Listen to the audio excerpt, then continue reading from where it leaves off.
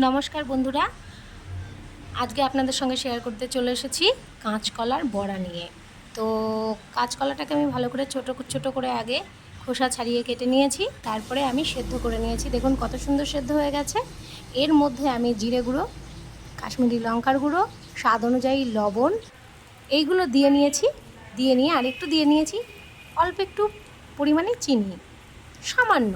তো তারপরে আমি কড়াইয়ে সাদা তেল গরম করতে দিয়ে আমি এই মিশ্রণটাকে ছোট ছোট করে বল আকারে দিয়ে দিয়েছি। তো এবার এই বড়ার শেপটা যখন কমপ্লিট হয়ে গেল, তখন আমি হালকা করে উল্টে নিয়েছি, লাল লাল করে ভেজে নিয়েছি। লাল লাল করে ভেজে নিয়ে আমি সুন্দরভাবে নামিয়ে নিয়ে গরম গরম পরিবেশন করেছি। তো যারা কাঁচকলা এমনি খেতে চায় না বা তরকারিতেও খেতে চায় না, তাদেরকে এরকমভাবে ছোট ছোট বড়া করে দিলে তারা আশা করি খেয়ে নেবে। আর এটা স্ন্যাক্স হিসাবেও খাওয়া যায় এবং ভাজা হিসাবেও খাওয়া যায়।